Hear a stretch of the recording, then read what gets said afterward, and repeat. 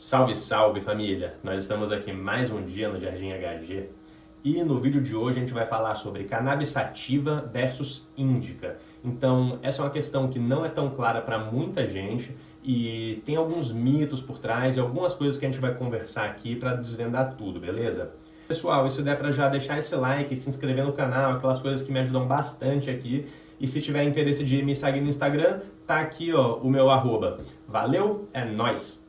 Eu vou começar trazendo um pouco sobre a história da cannabis. Então, a cannabis, os primeiros registros que se tem dela são na Ásia, tá? É na região próxima à China. A cannabis, ela foi uma das primeiras plantas a serem domesticadas pelo homem e ela era utilizada no início muito por causa das suas fibras, né? Então, ela era o cânhamo. Ela era utilizada para fazer corda, para fazer tecido, esse tipo de coisa. Em certo ponto da história, se descobriu-se também que a cannabis tinha essas propriedades psicoativas. E a partir de então ela passou a também ser utilizada para rituais religiosos, esse tipo de coisa. Com o passar dos anos, a cannabis se espalhou para o mundo, com viajantes nômades. E em certos lugares a cannabis se desenvolveu depois disso, isoladas das outras cannabis, né? Então, por exemplo, a cannabis foi para a África, a cannabis foi para a Europa, foi para a América do Sul. E nesses lugares elas se desenvolveram isoladas das outras. Então, cada uma se desenvolveu com o passar dos anos, com características para se adaptar ao clima local, né? As condições locais que elas tinham. Então, cada uma tem suas características próprias. Essas cannabis hoje são consideradas as strains originárias. Então, são as que a gente chama de land races. Então, por exemplo, tem a land race da África do Sul, que é a Durban Poison. Tem aqui a do Brasil, que seria tipo manga rosa. Na Índia, a gente teve o Hindu Kush. Na Colômbia, Colombian Gold, e por aí vai, em diversos pontos do planeta. E como eu mencionei, cada uma cresceu com as características necessárias para sobreviver naquela região. Então, de modo geral, as strains que se desenvolveram em lugares mais quentes são consideradas as strains sativas, tá? Elas têm como característica serem plantas bem altas, que crescem bastante, chegando até passar dos 3 metros, e elas têm um tempo de flora mais longo, de 3 a 4 meses. Além disso, ela tem aquelas folhas mais finas e bem grandes.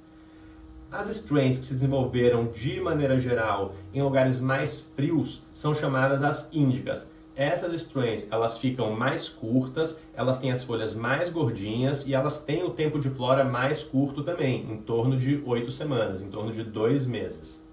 Hoje a gente considera todas elas partes de uma mesma espécie, chamada cannabis sativa. E essa questão de sativa e índica seria apenas uma subdivisão feita a partir de características morfológicas da planta. Então o que é isso? São características visuais que a gente vê olhando na planta, né? Então o tamanho das folhas, o formato das folhas, o quanto a planta cresce, tempo de flora. Essa característica morfológica não leva em consideração propriedades químicas da planta, tá? Então, consequentemente, também não vai levar em consideração os efeitos da planta.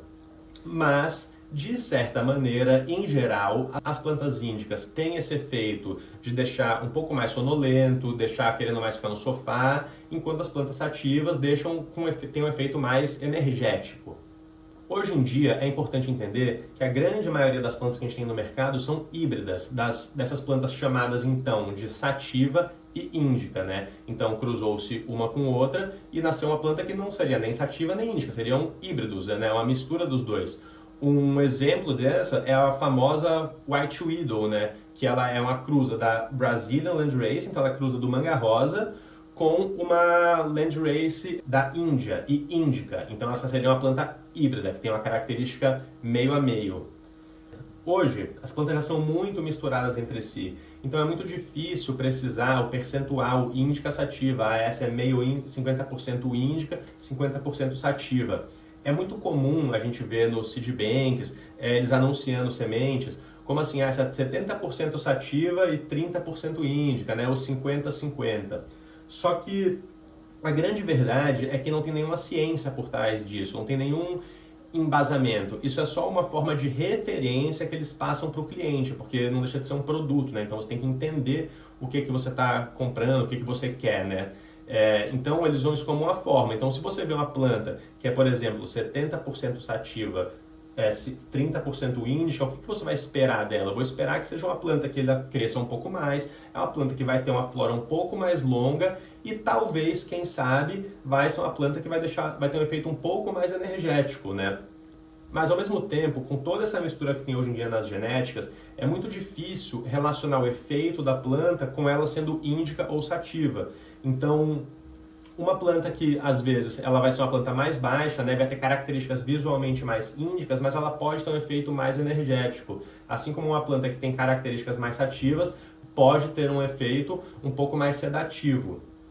O principal composto psicoativo da cannabis é o THC, né, que é muito conhecido. Mas, além disso, ela tem diversos terpenos. Os terpenos vão ser responsáveis por dar o sabor e também a diferenciação dos efeitos, né? Então, por exemplo, tem um terpeno que é um dos mais presentes na cannabis, que é o mircene. Esse mircene é o principal terpeno responsável por ter o efeito mais sedativo, né, que deixa mais sonolento. Mas mesmo assim, a gente consegue achar plantas sativas com alto índice de mircene, entende? Então já é tudo muito misturado hoje em dia. Então esse percentual índica sativa que a gente vê nos sites do Seedbanks, esse tipo de coisa, é apenas uma referência que eles usam para indicar para o consumidor o que o consumidor vai esperar.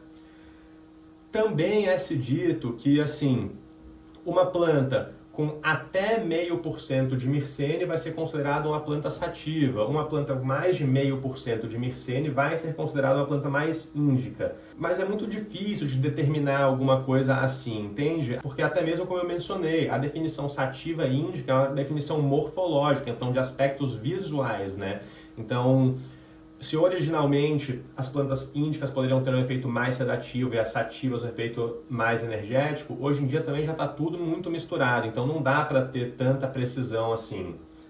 Um bom exemplo de uma strain índica landrace originária seria a Hindu Kush ou a Afghani, por exemplo, e as sativas poderiam ser a Manga Rosa, a Colombian Gold, a Durban Poison, a Acapulco Gold, entre outras. Espero que com esse vídeo tenha ficado mais claro para vocês, né, essa coisa do índica sativa, que realmente parece que é simples, mas tem uma questão nebulosa ali envolvida. E espero que esse vídeo tenha te ajudado. Se você não deixou o like até agora, por favor, deixa esse like para mim. E semana que vem tem mais. Valeu? É nóis!